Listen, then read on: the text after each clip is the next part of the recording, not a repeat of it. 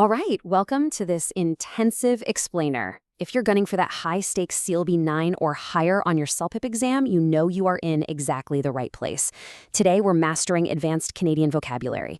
We're setting a really fast-paced, highly instructional tone today because we have 55 essential, high-scoring terms to cover, and we're going to do it efficiently.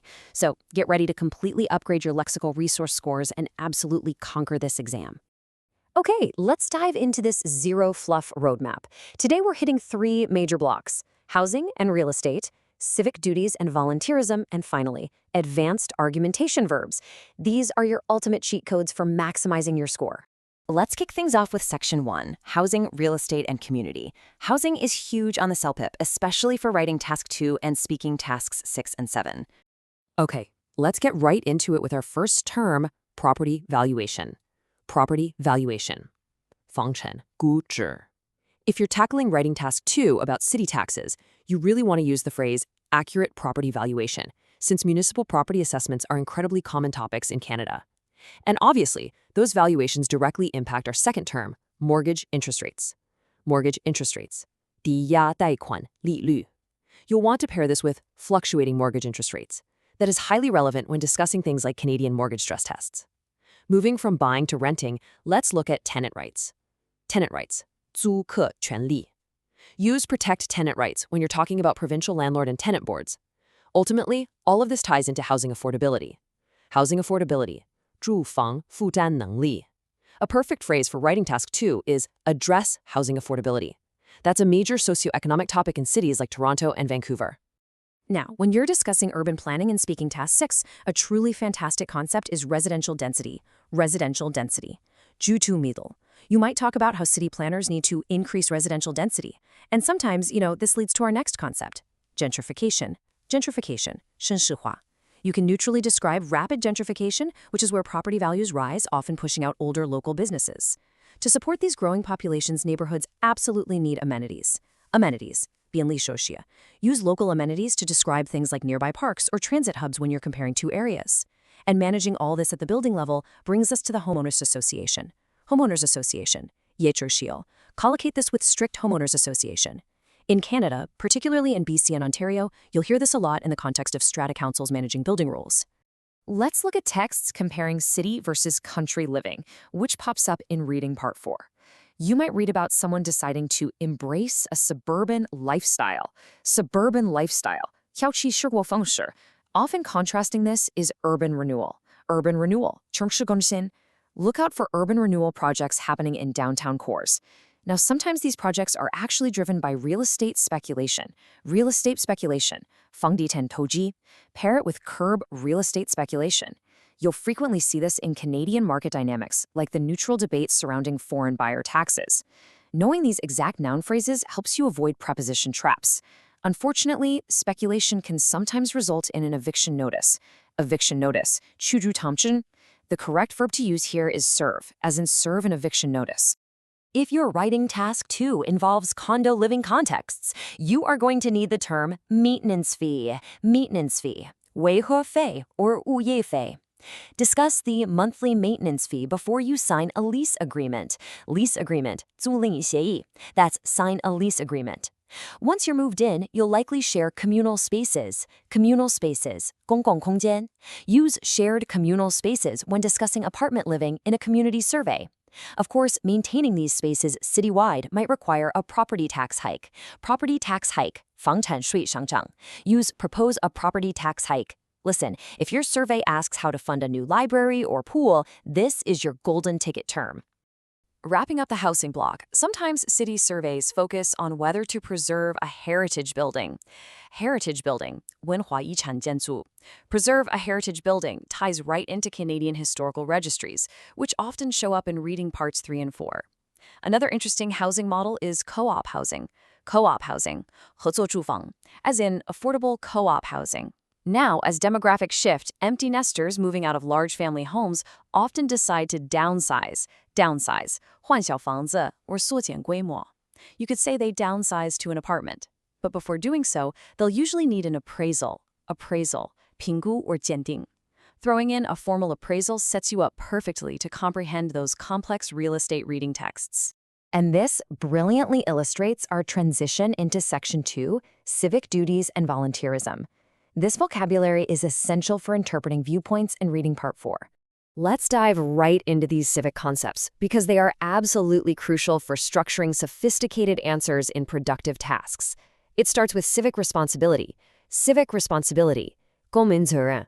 You must fulfill civic responsibility. On a larger scale, this becomes philanthropy. Philanthropy, 博爱 or 慈善事业. Think of corporate philanthropy from big businesses. For individuals, it often takes the form of a charitable donation. Charitable donation, 慈善捐赠. Make a charitable donation is highly relevant to Canadian CRA tax credits. This funding then supports community outreach. Community outreach, 社区外展服务. Think about Canadian high school volunteer requirements where students participate in community outreach programs. These are typically run by a nonprofit organization.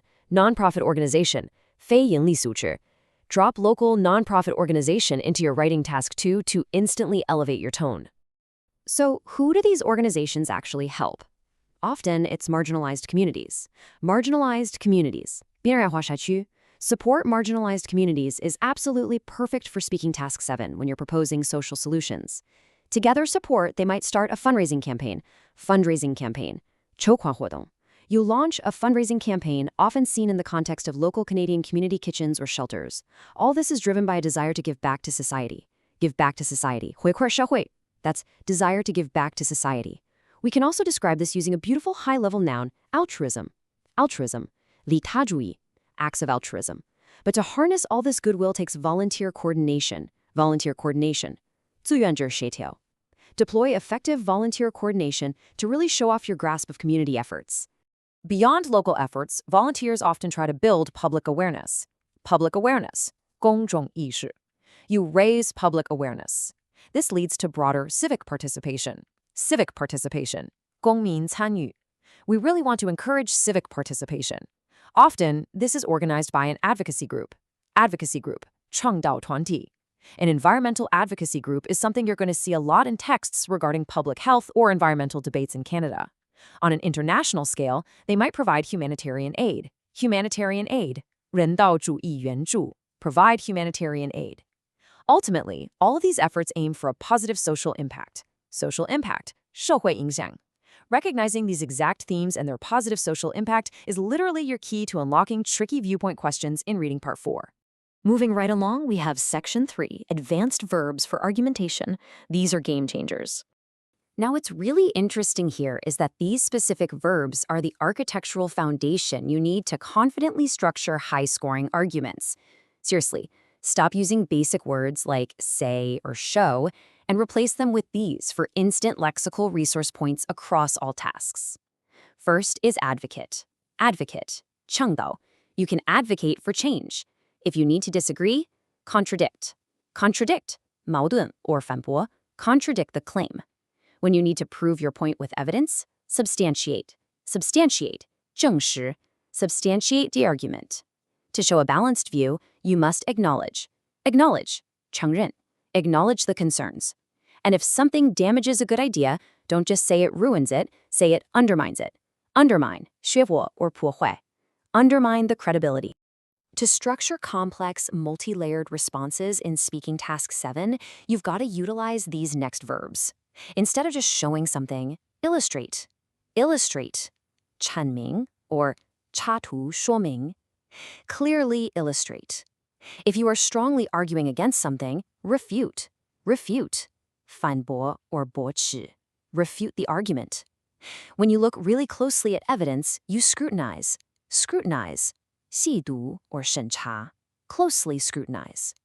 After scrutinizing, you pull all that information together to synthesize. Synthesize, 合成 or 综合. Synthesize the data.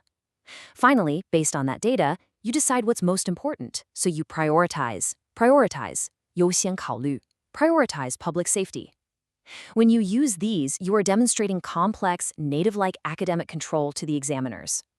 These next verbs are amazing for crafting balanced community surveys in writing task 2 by politely addressing opposing viewpoints. First up, differentiate. Differentiate, 区分. You differentiate between options. Once you clearly understand those options, formulate. Formulate, 设定规划. Formulate a plan. To sell that plan to the community, you highlight. 청지요 투추, highlight the benefits. Now, if you agree with a proposal, don't just say I like it, use endorse. 추슈 runka, fully endorse. And if you have doubts, politely question. 질의, question the validity. All right, we are completing our masterclass with these final 5 verbs. First up, justify. Justify. 证明是正当的. You need to justify the expense. To state a point again strongly, reiterate. 重申. Reiterate the point. Now pay close attention to this next one, because it's a very frequent trap answer in reading part 4, tone questions. Downplay. 轻描淡写, 贬低. Downplay the risks. Be super careful here. If an author is serious, they aren't downplaying. Instead of downplaying, they might emphasize. 强调. Emphasize the importance. And finally, another huge trap alert. Speculate. 推测. Speculate on the outcome. You absolutely must distinguish between when an author is citing hard data versus when they are merely speculating. So what does this all mean? The absolutely crucial point here is execution. You now possess 55 precise, high-scoring lexical tools. You know the exact Canadian contexts, you have the collocations, and you know exactly which tasks they map to. The foundation is completely laid. The only question now is, are you ready to walk into that exam room and deploy these terms to secure your CLB 9+? Review this explainer, practice writing these terms and sentences, and going to test day with absolute confidence. You've totally got this. Keep practicing, and we will see you next time.